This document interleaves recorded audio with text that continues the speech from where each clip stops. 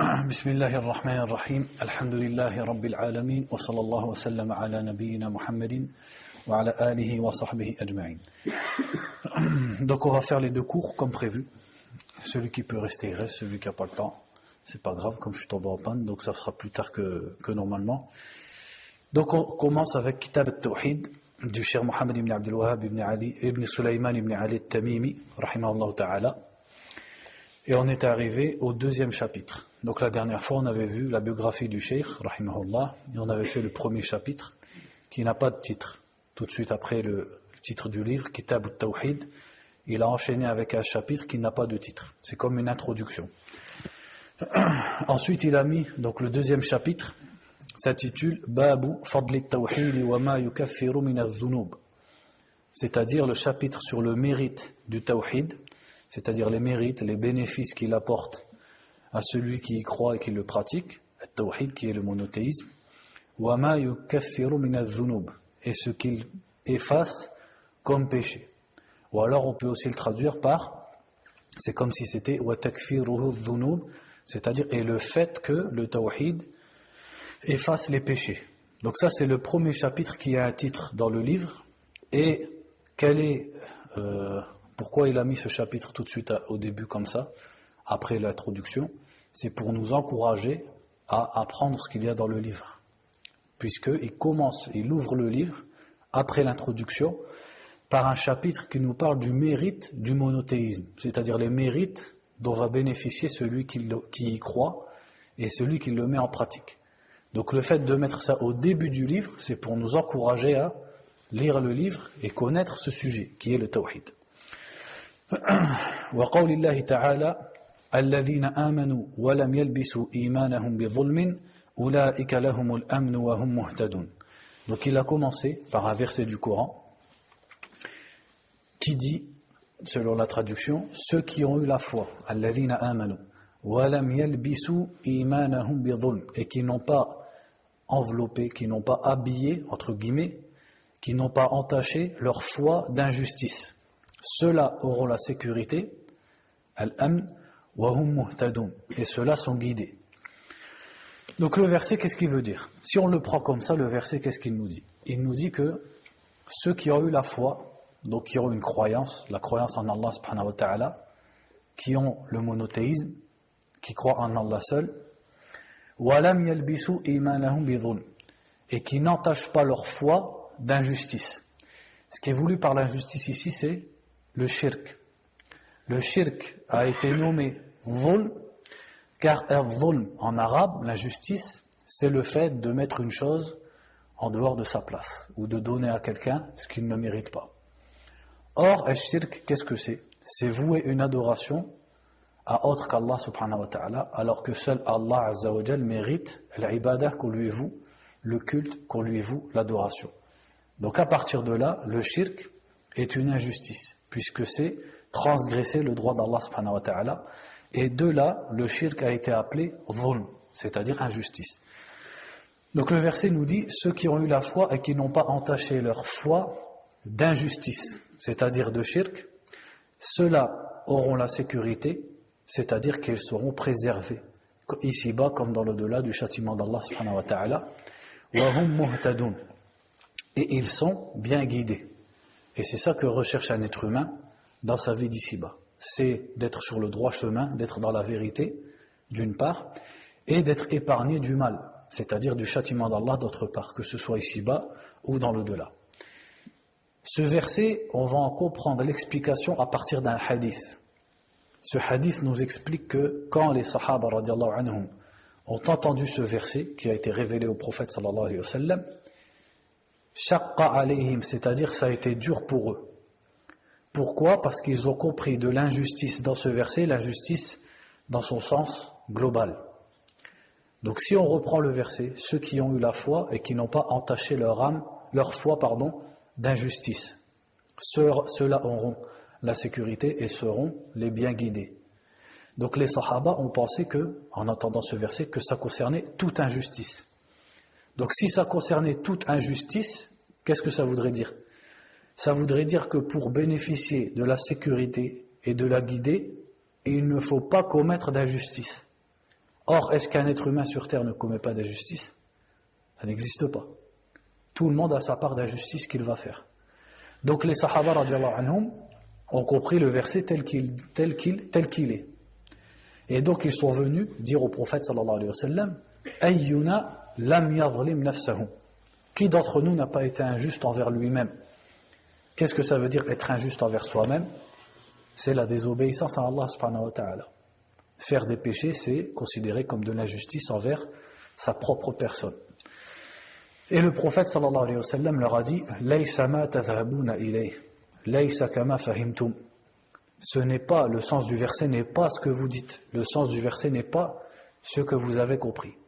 Alam tasma'u ila qawli Luqman al-Hakim, Ya bunayya la tushrik billah, inna ash-shirka la dhulmun azim, al-dhulmu ash-shirk. Il a dit, n'avez-vous pas entendu la parole de Luqman le sage, quand Allah Azza wa Jalla a cité sa parole à son fils, quand il a dit, ô mon fils, n'associe pas à Allah, certes l'association ash-shirk est une grande injustice. Et il leur a dit, l'injustice qui est désignée dans ce verset, c'est le shirk. Donc maintenant qu'on a l'explication du prophète sallallahu alayhi wa sallam et qu'on sait que l'injustice désignée dans le verset veut dire le shirk, on reprend le verset. Qu'est-ce qu'il nous dit le verset? Ceux qui ont eu la foi. Et la foi implique donc le tawhid, car ce sont deux synonymes.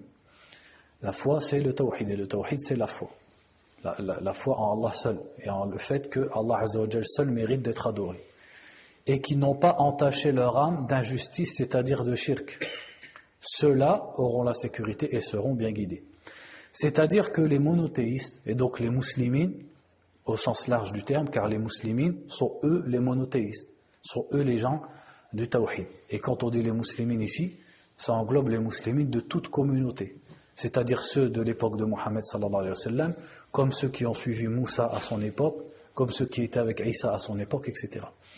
Donc ça veut dire que les muwahhidines, les monothéistes, puisqu'ils sont monothéistes et ne commettent pas d'injustice dans le sens de shirk, ils ne commettent pas d'injustice dans ce qui est le droit d'Allah subhanahu wa ta'ala, c'est-à-dire l'ibadah, l'adoration, cela mérite la sécurité et mérite d'être bien guidé. Maintenant, ce qu'il faut bien comprendre dans ce verset, c'est que les monothéistes méritent la sécurité et méritent d'être bien guidés. Mais est-ce que tous les monothéistes ont leur même part de sécurité et de guider? C'est quoi la réponse? Ben non. Au sein même des musulmans qui adorent Allah seul, est-ce que tous sont guidés de la même manière et tous sont épargnés du châtiment de la même manière? Non. Il y en a qui sont plus guidés que d'autres. Il y en a qui subiront certains châtiments, ici-bas ou dans l'au-delà, alors que d'autres ne subiront aucun châtiment. Certains rentreront directement au paradis, mais avant ça subiront des châtiments dans leur tombe ou au jour du jugement, etc. Donc on voit bien qu'ils n'ont pas tous la même part de guidée et de sécurité. Donc ça veut dire que l'ensemble des monothéistes méritent la sécurité et la guidée de façon générale. Mais au sein des monothéistes, leur part de cette guidée et de sécurité est différente. Maintenant parlons de ceux qui ne sont pas monothéistes. Est-ce qu'ils ont la paix? Est-ce qu'ils ont la sécurité et la guidée dont parle le verset? Non. Non seulement ils ne sont pas guidés ici-bas, et dans l'au-delà, ils n'auront pas la sécurité vis-à-vis du châtiment d'Allah subhanahu wa ta'ala. Alors que les monothéistes ont le fait d'être bien guidés et le fait d'être préservés du châtiment d'Allah. Maintenant, pour être préservé de façon complète et pour être guidé de façon complète, alors là on revient au sens tel quel du verset, c'est-à-dire dans le sens de l'injustice. Et on explique en disant, pour avoir la guidée la plus complète et la sécurité la plus complète, eh bien il faut de façon la plus complète éviter l'injustice sous toutes ses formes, et pas seulement dans ce qui est le droit d'Allah. Donc le premier degré, c'est d'éviter l'injustice dans le droit d'Allah, c'est-à-dire le shirk. Celui qui fait ça aura sa part de sécurité vis-à-vis du châtiment d'Allah et aura sa part de guidée. Maintenant, plus sa part sera de plus en plus grande de la sécurité et de la guidée, s'il évite l'injustice également dans les deux autres parties d'injustice qui sont l'injustice envers sa propre personne et l'injustice envers les autres. Donc l'injustice, elle est de trois sortes. l'injustice envers Allah subhanahu wa ta'ala, c'est-à-dire le shirk, le fait de lui associer quelque chose et surtout dans son adoration. Cette injustice-là, celui qui la pratique, celui-là n'aura ni sécurité ni guidée. Celui qui est sauvé de cette injustice-là aura la guidée et la sécurité. Mais quelle part? C'est selon sa part d'injustice dans les deux autres. C'est-à-dire l'injustice envers lui-même, comme le fait de commettre la fornication, le fait de mentir par exemple. Ça, ce sont des péchés qui ne concernent que sa personne. C'est de l'injustice envers lui-même. Et la pire, c'est l'injustice envers les autres, comme la désobéissance aux parents, le fait d'accuser des gens qui sont innocents, le fait de commettre de la médisance sur les gens, le fait de transgresser le droit des gens, que ce soit par la main ou par des armes, etc., etc. Donc le pire de ces droits, c'est le droit des gens. C'est-à-dire entre le droit de la propre personne et le droit des gens c'est le pire. Car ce qui est entre toi et Allah, Allah le pardonne facilement. Mais ce qui est entre toi et les autres, ça demande les comptes au jour du jugement. C'est-à-dire que tu devras rendre de l'injustice que tu as fait à la personne. Donc selon ta part d'injustice, tu auras ta part de sécurité et de guidée. Sinon le verset tel que l'a expliqué le prophète sallallahu alayhi wa sallam, si on le prend dans le sens du shirk, signifie que ceux qui ont la foi, qui croient en Allah subhanahu wa ta'ala et qui sont épargnés du shirk, ceux-là sont les gens qui méritent d'être guidés et qui méritent d'être en sécurité vis-à-vis du châtiment d'Allah. Et après, ça c'est de façon générale, après chacun d'entre eux a sa part de guidée ou sa part de châtiment. Donc quel rapport entre ce verset et notre chapitre ici, après qu'on ait bien expliqué le verset, quel rapport entre le verset et le chapitre? Eh bien c'est parce que le verset montre que seuls les gens du tawhid, c'est-à-dire les monothéistes, les musulmans, sont épargnés du châtiment d'Allah et sont guidés. Alors que les autres, même s'ils respectent les droits des gens, ne seront ni guidés ni épargnés du châtiment d'Allah. Ensuite, il a cité un hadith, rahimahullah, en disant An Ubadah ibn Samit, radiyallahu anhu. Donc ce hadith est rapporté par un compagnon qui s'appelle Ubadah ibn Samit. Donc comme à notre habitude, on va lire une petite présentation de ce sahabi. Donc Ubadah ibn Samit ibn Qais ibn Asram al-Khazraji al-Ansari. C'est-à-dire que Ubadah ibn Samit faisait partie de al-Khazraj, qui composait une des deux parties des Ansar. Shahida Badran wa ma ba'daha. Il a participé à la bataille de Badr, donc c'est un ancien parmi les Sahaba, et à toutes les batailles qui ont suivi. وروى عن النبي صلى الله عليه وسلم كثيرا. Et il a rapporté beaucoup de hadiths du prophète sallallahu alayhi wa sallam, c'est-à-dire après la mort du prophète sallallahu alayhi wa sallam. مات بالرملة سنة 34 وله 72 سنة. Il est mort en 34 de l'Hégire, en Palestine, à Ramla, et il avait 72 ans, radiallahu anhu. قال رسول الله صلى الله عليه وسلم من شهد أن لا إله إلا الله وحده لا شريك له وأن محمدا عبده ورسوله وأن عيسى عبد الله ورسوله وكلمته ألقاها إلى مريم وروح منه والجنة حق والنار حق أدخله الله الجنة على ما كان من العمل أخرجاه. Donc ici dans ce hadith, il a dit que le prophète sallallahu alayhi wa sallam a dit celui qui témoigne qu'il n'y a de divinité qu'Allah seul, sans associé, et que Muhammad est son serviteur et son messager, et que Isa est le serviteur d'Allah et son messager, et sa parole qu'il a jetée en Maryam et un esprit provenant de lui, et que le paradis est une vérité et que l'enfer est une vérité, Allah le fera rentrer au paradis, quelles que soient ses œuvres. Ça c'est rapporté par Al-Bukhari et Muslim. Donc on va expliquer le hadith morceau par morceau. Premièrement, il a dit celui qui témoigne man shahida an la ilaha illallah. Celui qui témoigne qu'il n'y a de divinité qu'Allah. La première chose à noter dans ce hadith, c'est que le prophète sallallahu alayhi wa sallam n'a pas dit celui qui dit la ilaha illallah. Il n'a pas dit man qala, il a dit man shahida. Et entre qala et shahida, il y a une énorme différence. Entre dire et témoigner, il y a une grande différence. Cette différence, comment on la comprend? Si on prend l'exemple des témoignages dans les affaires des êtres humains, une shahada, qu'est-ce que c'est? Il y a eu par exemple un vol de voiture. Donc la police, elle recherche le voleur, et un témoin vient et dit, une personne vient et dit, je connais le voleur et je connais la voiture. Donc je sais qui a volé telle voiture. Il sait, il dit qu'il sait. Maintenant, quand on le ramène pour examiner son témoignage, et on lui montre plusieurs coupables, ou plusieurs suspects, il ne sait pas reconnaître qui est le coupable. Et quand on lui montre plusieurs voitures et on lui demande quelle est la voiture qui a été volée, il ne sait pas quelle est la voiture. Est-ce que ça c'est une shahada? Est-ce que son témoignage il a accepté auprès du juge? Son témoignage n'est pas accepté. Est-ce qu'on peut dire qu'il a dit? Dire, il l'a dit. Mais est-ce qu'il en a témoigné? Non. Donc c'est là la différence entre témoigner et dire.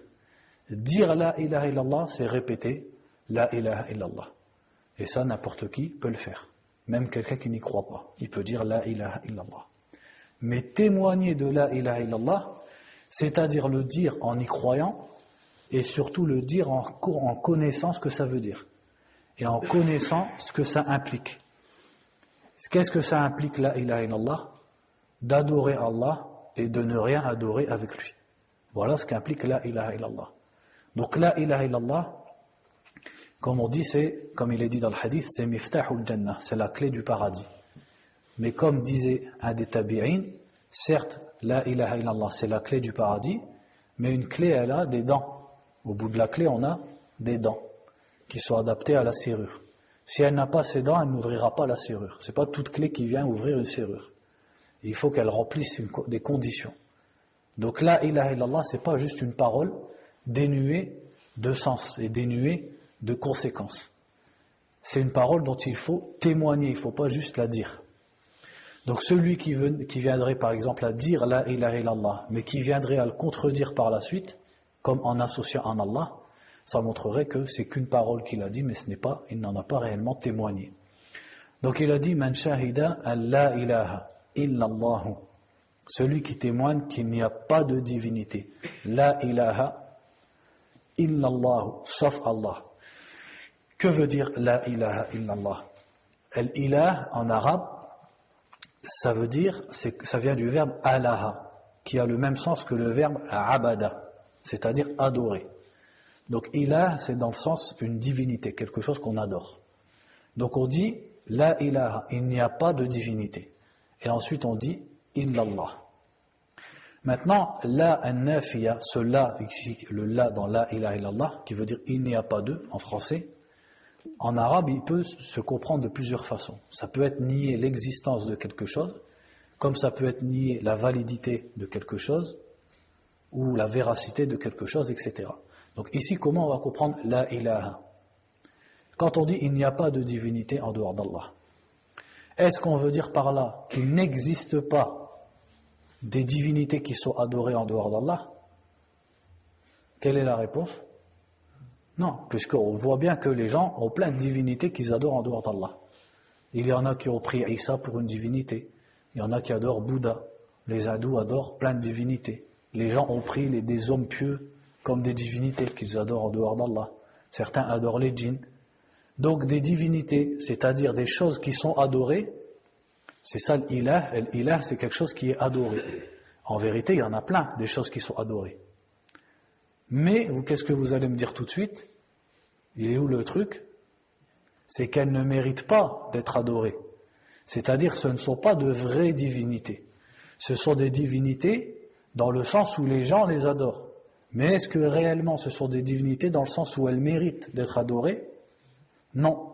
Donc le sens de la ilaha, c'est-à-dire il n'y a pas de vraie divinité en dehors d'Allah subhanahu wa ta'ala.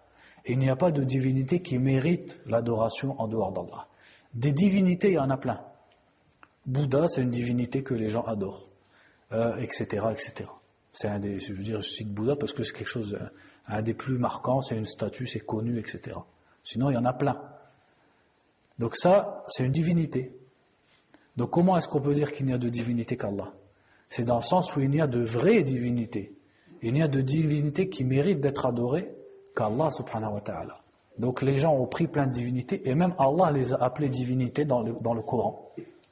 Quand Allah a dit فَمَا أَغْنَتْ عَنْهُمْ آلِهَتُهُمْ الَّتِي يَدْعُونَ مِن دُونِ اللَّهِ. Leurs divinités, Allah les a bien appelées aliha, le pluriel de ilah. Leurs divinités qu'ils adoraient en dehors d'Allah ne leur ont servi à rien. Allah les a appelées divinités. Pourquoi? Parce que les gens les adorent. Mais est-ce qu'elles sont des vraies divinités? La vraie divinité, c'est-à-dire le seul qui mérite réellement d'être adoré, c'est Allah subhanahu wa ta'ala. C'est pour ça que pour expliquer la ilaha illallah, les savants disent ma'naha la ma'bouda haqqun illallah. Il n'y a pas de vraie chose qui est adorée à part Allah. C'est-à-dire, ou alors la ma'bouda bihaqqin illallah. Il n'y a rien qui est adoré en vérité, c'est-à-dire de bon droit à part Allah subhanahu wa ta'ala. Et on voit encore une fois que la ilaha illallah est composée de deux parties. La ilaha, qui consiste à renier les divinités, illallah, c'est l'exception, c'est-à-dire sauf Allah, qui consiste à affirmer la divinité d'Allah et son droit à l'adoration. Ensuite, il a dit wahdahu la sharika lah. Wahdahu, seul, c'est-à-dire pour insister sur illallah. La sharika lah, c'est pour insister sur la ilaha. C'est-à-dire wahdahu la sharika lah, c'est pour insister, seul, sans associé. Ensuite, il a dit wa anna Muhammadan abduhu wa rasuluhu. Et que Muhammad sallallahu alayhi wa sallam est son abd. Qu'est-ce que veut dire abd? C'est-à-dire son serviteur, sa créature, son esclave, etc. Dans le sens où le musulman, le monothéiste, doit croire et doit témoigner que Muhammad sallallahu alayhi wa sallam est un abd. Ça, c'est quoi le contraire de abd? Ar-Rabb. C'est-à-dire que Muhammad n'est pas un Rabb, n'est pas un Seigneur, n'est pas un Dieu. Il n'est pas divin. Il n'a pas de pouvoir divin, ni de nature divine. Il est de nature humaine. Et c'est pour ça que Muhammad sallallahu alayhi wa sallam est né. C'est pour ça qu'il est mort. C'est pour ça qu'il tombait malade. C'est pour ça qu'il dormait. C'est pour ça que quand il allait à la guerre, il s'est fait blesser, etc., etc. C'est parce qu'il était un être humain. Donc, du point de vue de son être et de sa nature, on croit que Muhammad sallallahu alayhi wa sallam est un être humain absolument comme les autres. Il n'y a pas de différence. Sauf si, par exemple, Allah lui a donné de la force. Il avait une certaine force, etc. Mais ça, c'est pas quelque chose de divin, qui sort du reste des êtres humains. Ça ne sort pas des êtres humains. C'est un être humain. Donc, il était sujet au sommeil, il était sujet au vieillissement, il était sujet à la maladie, il était sujet même au fait de faire ses besoins, etc., etc. Donc, qu'est-ce que ça implique ça? Ça implique de ne pas exagérer vis-à-vis de Muhammad sallallahu alayhi wa sallam en le montant à un grade au-dessus du sien et à en faire un Dieu, à en faire un Seigneur, à en faire une divinité, comme de dire qu'il a été créé de lumière ou qu'il ne meurt pas, etc., etc. Ça, on pourra y revenir dans un autre chapitre, je ne vais pas trop m'étendre dessus. Et la deuxième chose, c'est wa rasuluhu, qui est celui qui témoigne que Muhammad est le serviteur d'Allah et son messager. C'est-à-dire que, certes, il est un être humain comme les autres, mais il a quelque chose qui le distingue des autres. Qu'est-ce que c'est? C'est ar-risala, le message, sa qualité de rasoul. C'est-à-dire qu'Allah Azza wa Jal lui a révélé, lui a donné la révélation et l'a choisi pour transmettre cette révélation aux êtres humains. Donc, d'une part, on dit que par sa nature, il est un être humain comme les autres, mais d'autre part, on dit qu'il est le meilleur des êtres humains, le plus noble des êtres humains, le plus parfait des êtres humains, qu'il est infaillible dans sa mission de prophète, qu'il est le premier qui intercédera en faveur de sa communauté parmi les prophètes. C'est le seul qui le premier qui demandera qu'on ouvre les portes du paradis au jour du jugement, etc., etc. Le seul qui doit être obéi parmi les êtres humains, et ainsi de suite. Le seul qui doit être suivi parmi les êtres humains. Donc d'une part, au niveau de sa nature, c'est un être humain, mais au point de vue de sa position et de son grade, c'est le meilleur des êtres humains, et c'est surtout un rasoul. C'est-à-dire qu'il ne parle que parce qu'Allah subhanahu wa ta'ala lui a révélé, et qu'il est quelqu'un dont le suivi est obligatoire pour toute personne jusqu'au jour du jugement. Ensuite, il a dit wa anna Isa abdullahi wa rasuluhu, et que Isa donc qu'ils appellent en français Jésus, et que Isa est le serviteur d'Allah et son messager. C'est-à-dire que le musulman, le monothéiste, croit et témoigne de la même chose pour Isa. D'une part, on croit qu'il est un abd, c'est-à-dire qu'il est un être humain comme les autres. Il était sujet au sommeil, à la maladie, au vieillissement, à la faiblesse, à la faim, etc., etc. Contrairement à qui? Contrairement aux chrétiens qui ont exagéré vis-à-vis de Isa. Et l'exagération vis-à-vis d'Isa chez les chrétiens, elle est venue tardivement. C'est certains chrétiens en fait qui ont inventé ça. Mais à son époque, il n'y avait pas de cette chose-là. Donc ils ont exagéré en disant qu'il est le troisième de trois. C'est-à-dire qu'Allah est trois, c'est le Père, le Fils et le Saint-Esprit. C'est-à-dire Isa, lui, c'est le Fils. C'est une des trois parties d'Allah. Ou alors qu'il est le Fils d'Allah, etc., etc. Et donc ça amène à l'invoquer en dehors d'Allah, le prier en dehors d'Allah, etc. Ça, c'est ce qu'ont fait les chrétiens. Et après, de quoi on témoigne aussi pour Isa? Wa rasuluhu, c'est-à-dire qu'il est le messager d'Allah. Contrairement à qui? Contrairement aux Juifs, qui ont accusé Isa d'être un hérétique, d'être un faux prophète, d'être un imposteur, d'être un menteur, etc. Donc les musulmans, ils se posent vis-à-vis de Isa entre ces deux groupes et entre ces deux religions. Entre ceux qui ont exagéré sur lui jusqu'à en faire un Dieu, et entre ceux, au contraire, qui l'ont rabaissé à en faire un imposteur et un menteur. Après, وَكَلِمَتُهُ أَلْقَاهَا إِلَى مَرْيَمَ وَرُوحٌ مِّنْهُ, et qui témoigne que Isa est la parole d'Allah qu'il a jetée en Maryam, ainsi qu'un esprit venant de lui, ou plutôt une âme venant de lui. Qu'est-ce que ça veut dire ce témoignage? Quelle est cette croyance? C'est-à-dire qu'on croit que Isa est la parole d'Allah. Que veut dire Isa est la parole d'Allah? Isa n'est pas la parole d'Allah, Isa c'est un être humain. La parole d'Allah c'est la parole d'Allah et Isa c'est Isa.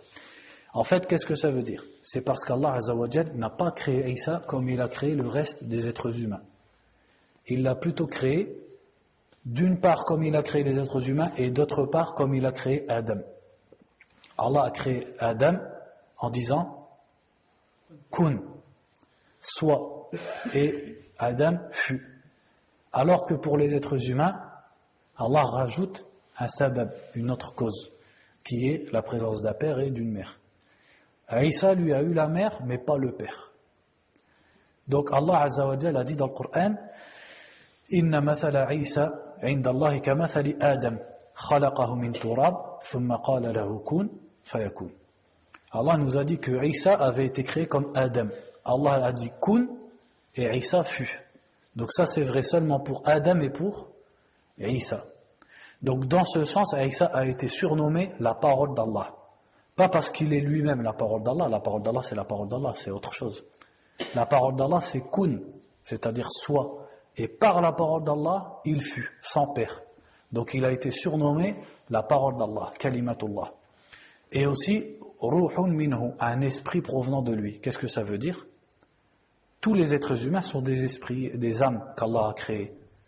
Donc pourquoi il a dit sur Maryam et une âme venant d'Allah? Tous les êtres humains sont des âmes qui viennent d'Allah, n'est-ce pas? Dans le sens où tous les êtres humains sont des âmes dans des corps et ces âmes ont été créées par Allah. Donc, mais Isa a une distinction aussi sur ce sujet.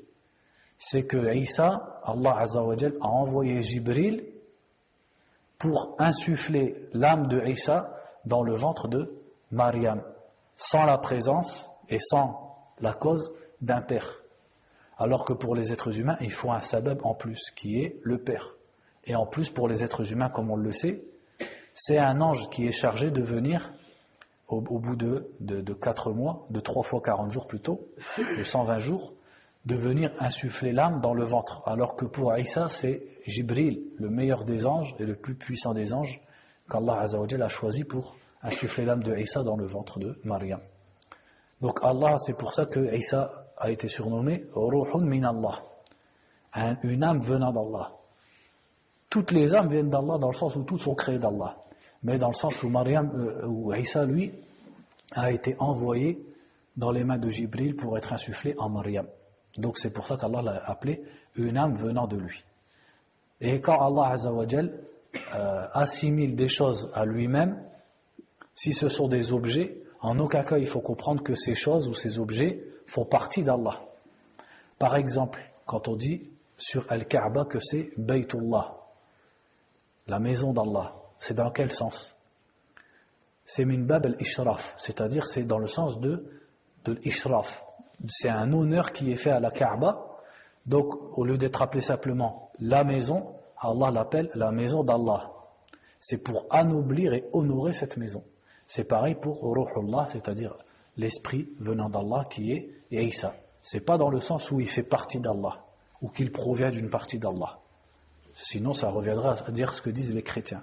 C'est dans le sens où, pour l'anoblir et l'honorer, Allah l'a appelé une âme venant de lui. Et aussi parce que dans sa création, il y a une différence entre lui et les autres créatures.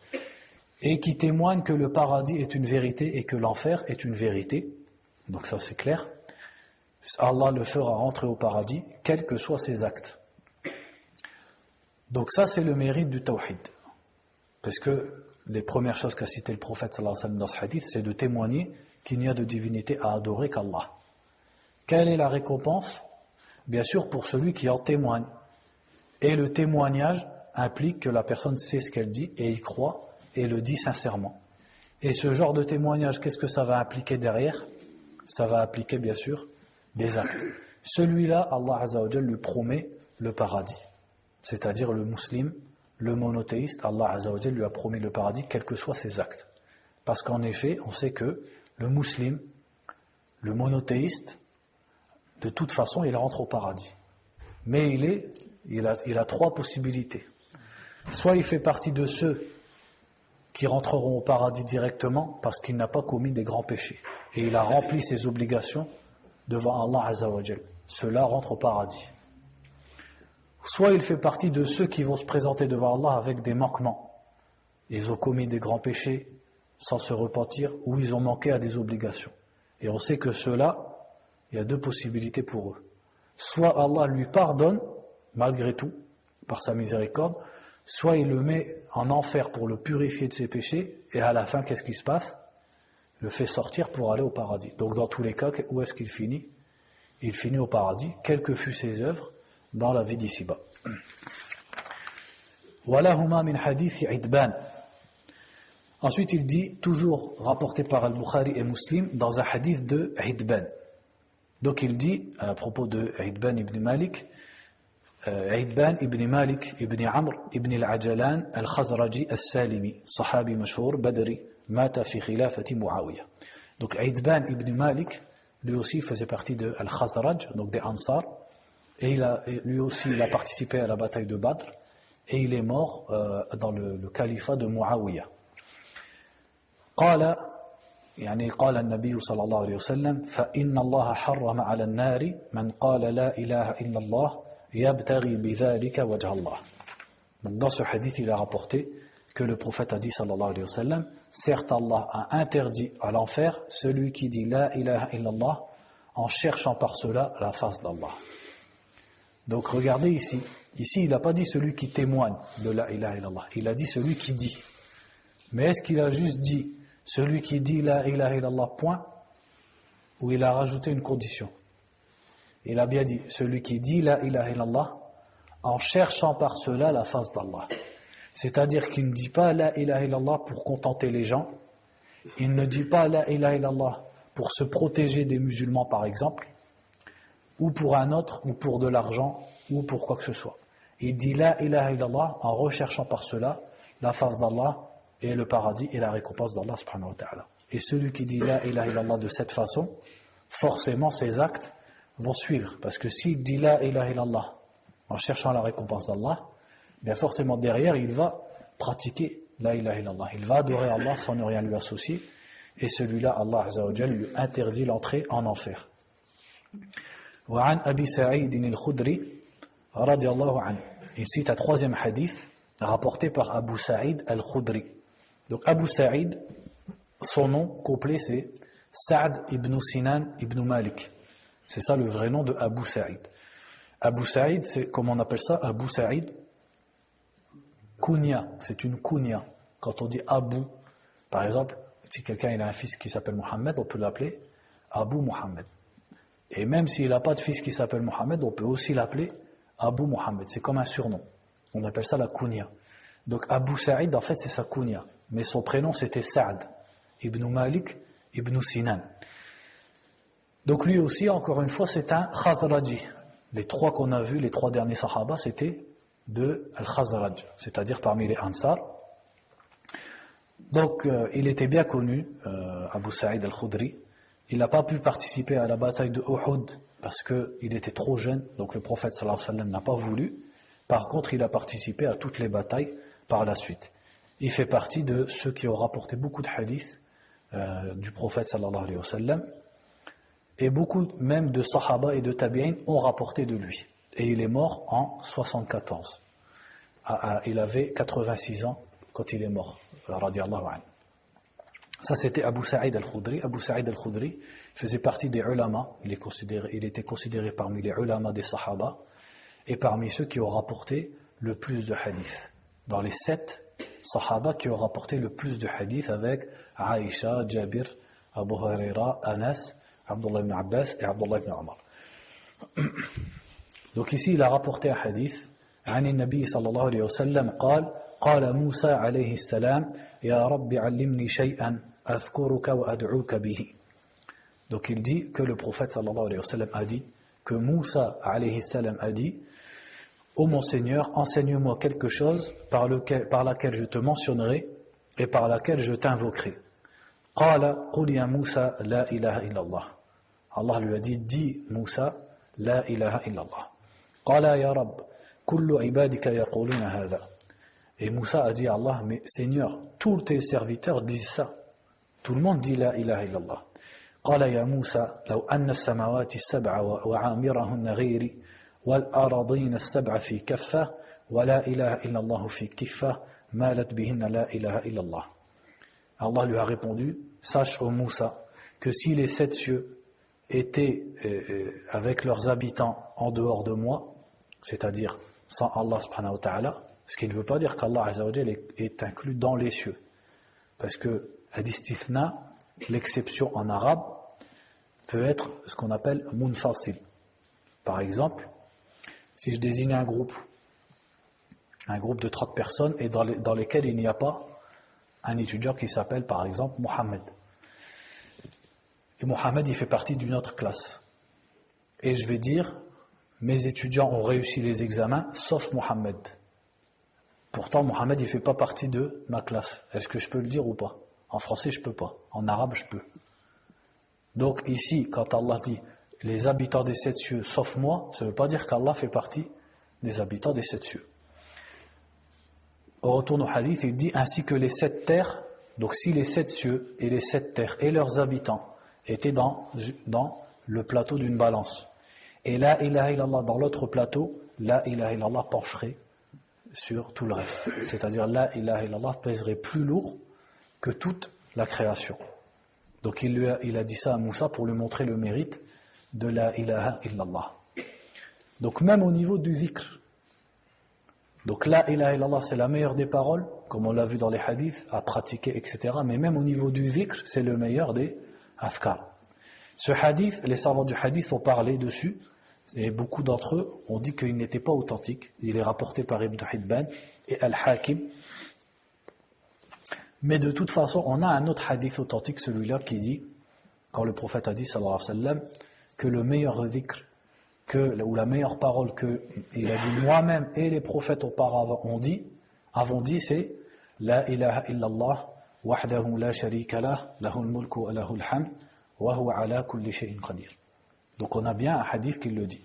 On a également le hadith qui dit que les paroles préférées d'Allah sont au nombre de 4, subhanallah, alhamdulillah, la ilaha illallah, Allahu akbar. Ça nous montre aussi, ça c'est une parenthèse, ça n'a pas de rapport avec le livre, mais c'est important de le dire, ça nous montre aussi que au niveau du zikr, il ne faut pas dépasser ce que la sunna nous a rapporté, c'est-à-dire ce que pratiquait et ce que nous a enseigné le prophète Mohammed sallallahu alayhi wa sallam et ce que pratiquaient les sahaba après lui. Ça ne sert à rien de chercher d'autres formules puisque lui-même il nous a dit que les meilleures des formules c'était celle-là. Subhanallah, alhamdulillah, la ilaha illallah, Allahu akbar, la hawla wa la quwwata illa billah, subhanallah al-azim, subhanallah wa bihamdihi, ou alors subhanallah al-azim wa bihamdihi, etc. Voilà le dhikr qu'on peut pratiquer. Et le prophète sallallahu alayhi wa sallam, par la miséricorde d'Allah azza wa jal, a rendu ça facile à tout le monde. Et il a enseigné à tout le monde, il n'a rien caché du dhikr.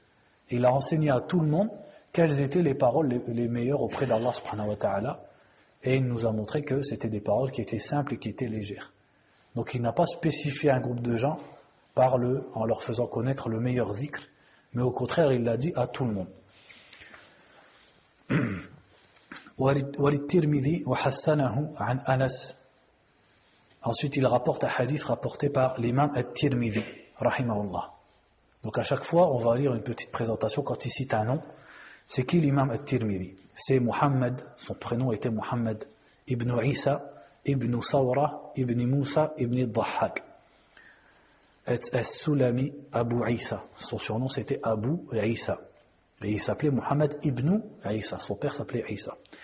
Sahibul Jami' wa Ahadul Huffaz. At-Tirmidhi, donc c'était un des grands huffaz, un des grands imams et mémorisateurs du hadith. Et c'est lui l'auteur d'un livre qui s'appelle Al-Jami', qu'on appelle plus souvent As-Sunan.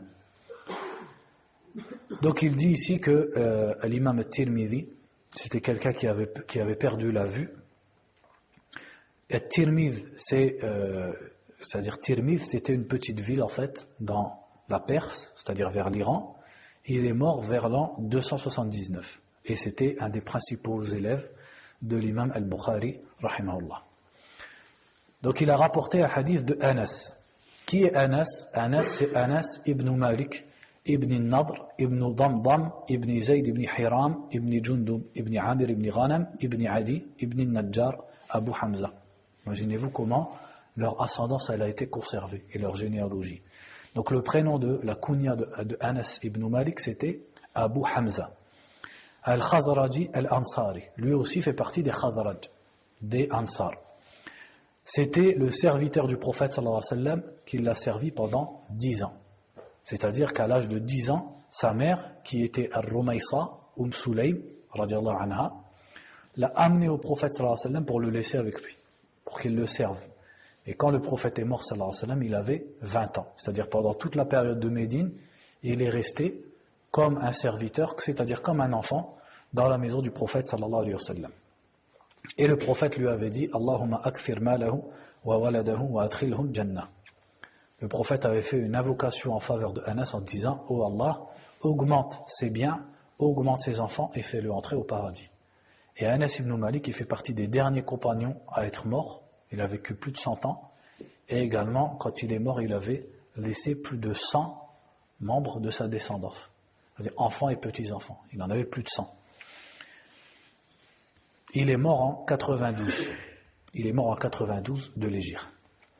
Donc, عن أنس قال سمعت رسول الله صلى الله عليه وسلم يقول قال الله تعالى يا ابن آدم إنك لو أتيتني بقراب الأرض خطايا ثم لقيتني لا تشرك بي شيئا لأتيتك بقرابها مغفرة.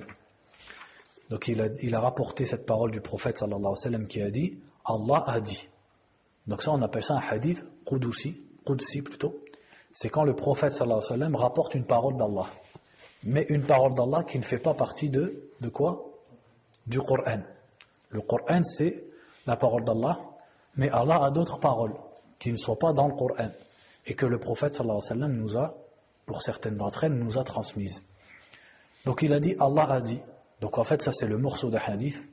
Ô fils d'Adam, c'est-à-dire ô toi l'être humain, si tu venais vers moi avec l'équivalent de la terre en péché, c'est-à-dire la masse comme la planète Terre, mais en péché, tout ça en péché. Et ensuite tu venais me rencontrer sans m'avoir associé quoi que ce soit, je viendrai vers toi avec autant de pardon. C'est-à-dire Allah dit que si quelqu'un vient vers lui avec des péchés innombrables, mais qu'il ne lui associe rien, Allah lui pardonnera tous ses péchés. Mais quelle est la condition? Qu'il ne lui associe rien. Qu'il ne lui associe rien, qu'est-ce que c'est? C'est le tawhid.